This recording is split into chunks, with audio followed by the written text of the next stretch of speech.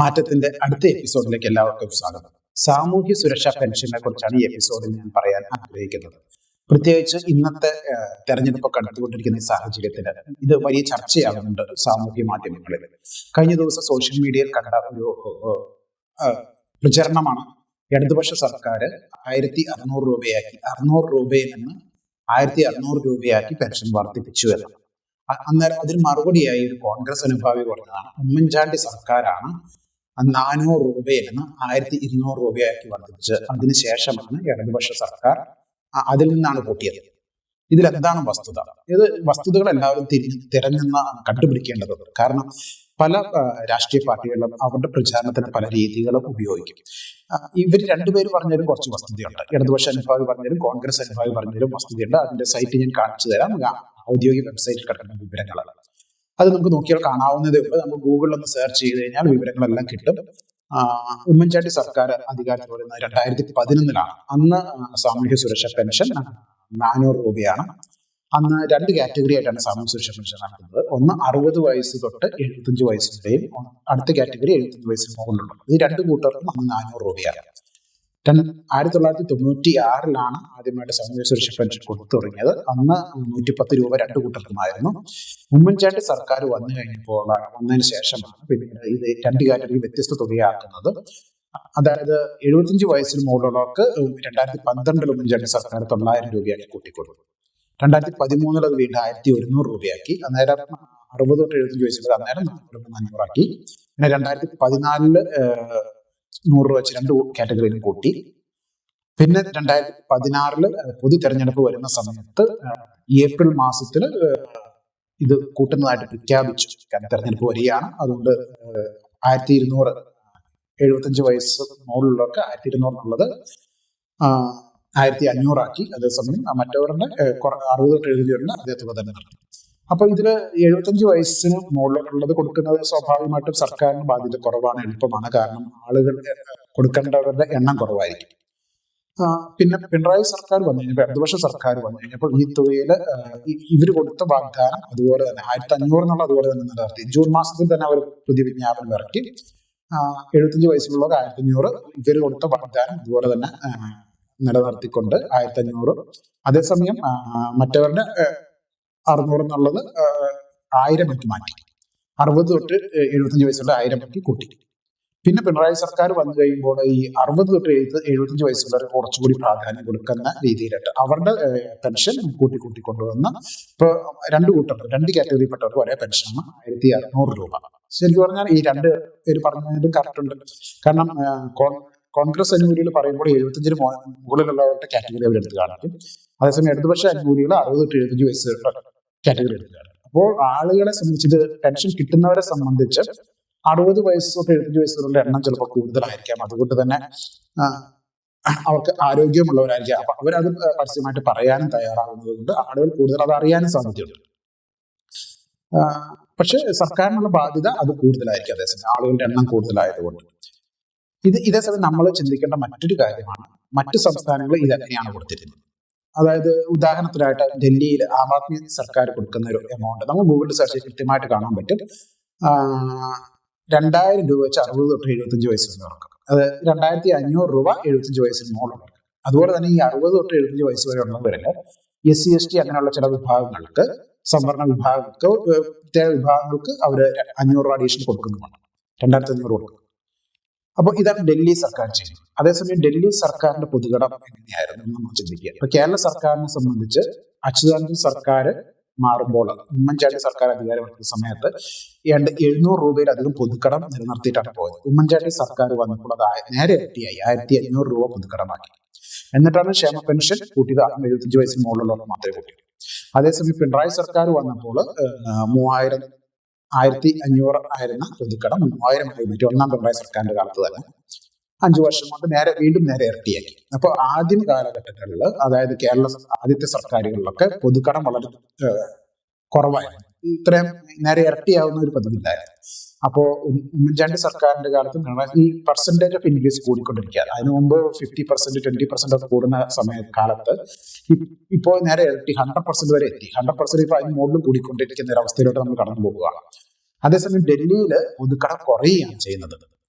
അതായത് കോൺഗ്രസ് സർക്കാർ അധികാരത്തിന് പോകുമ്പോൾ ഷീലാ ദീക്ഷിത്തിന്റെ കാലത്ത് എനിക്ക് തോന്നുന്നു ഏതാണ്ട് 32,000 കോടിയുടെ പൊതുക്കടം ഉണ്ടായിരുന്നതാണ്. ആം ആദ്മി സർക്കാരിന്റെ കാലത്ത് 4,000 കോടി ആയിട്ട് കുറഞ്ഞു. അത്രയും നേരം 10-1 ആയിട്ട് കുറയുകയാണ്. അപ്പൊ ഇത്രയും വ്യത്യാസം വരുന്നുണ്ട്. അല്ല, 8-1 കുറഞ്ഞു. അപ്പോൾ ഇത്രയും വ്യത്യാസം അവർ കുറയും. അതേസമയമാണ് ഈ സാമൂഹ്യ സുരക്ഷാ പെൻഷൻ കൂട്ടി നൽകുകയും ചെയ്യുന്നത്.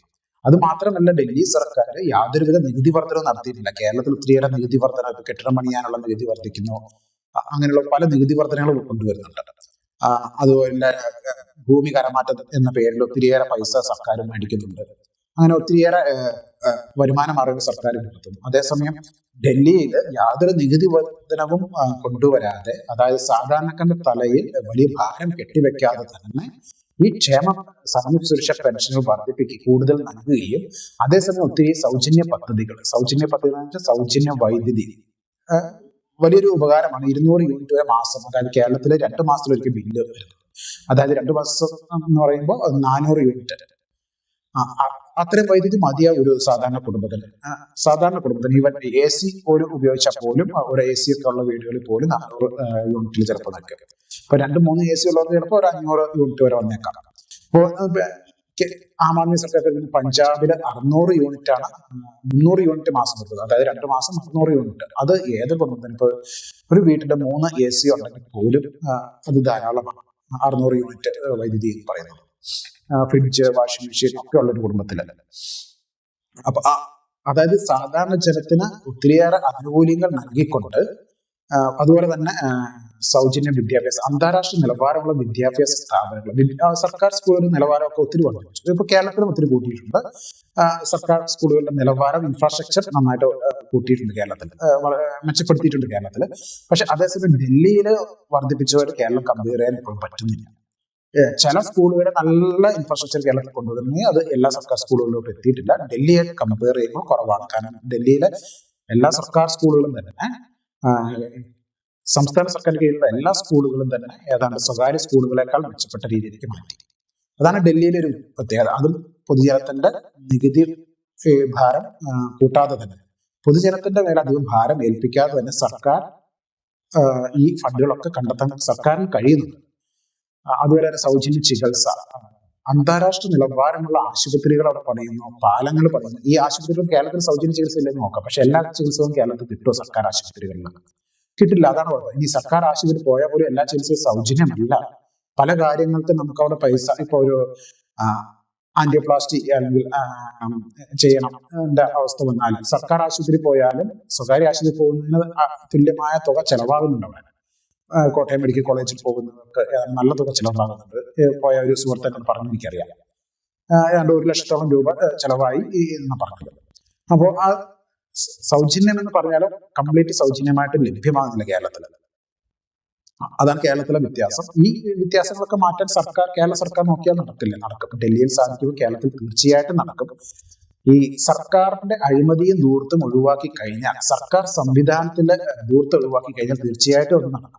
കാരണം ഡൽഹി സർക്കാരിന് സാധിക്കുമെങ്കിൽ കേരളത്തിൽ തീർച്ചയായിട്ടും സാധിക്കും. ആം ആദ്മി സർക്കാരിനും ഡൽഹിയിലും പഞ്ചാബിലും നടക്കുന്ന കാര്യങ്ങൾ കേരളത്തിൽ സാധിക്കും എന്ന് തന്നെയാണ് എന്റെ വിശ്വാസം. അത് സാധിക്കുക തന്നെ ചെയ്യും.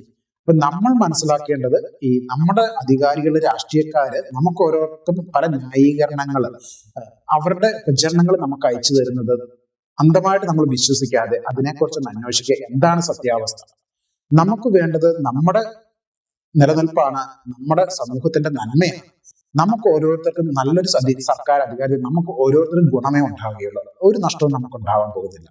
പിന്നെ എന്തുകൊണ്ടാണ് നമ്മൾ ഈ രാഷ്ട്രീയ പാർട്ടിയുടെ അടിമകളായിട്ട് നിൽക്കുന്നത്? അവിടെയാണ് നമ്മുടെ ഏറ്റവും വലിയ പോരായ്മ. മലയാളികളാണ് ഏറ്റവും കൂടുതൽ രാഷ്ട്രീയമായിട്ട് അടിമത്തമുള്ളവരെന്ന് എനിക്ക് പലപ്പോഴും തോന്നാറുണ്ട്. എല്ലാ മലയാളികളെ കുറിച്ചല്ല.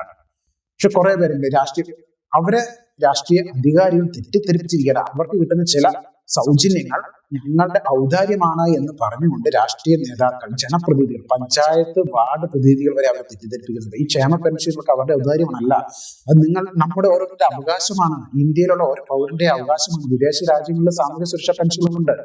ഇതിൽ നല്ല രീതിയിൽ നടപ്പാക്കുന്നുണ്ട്.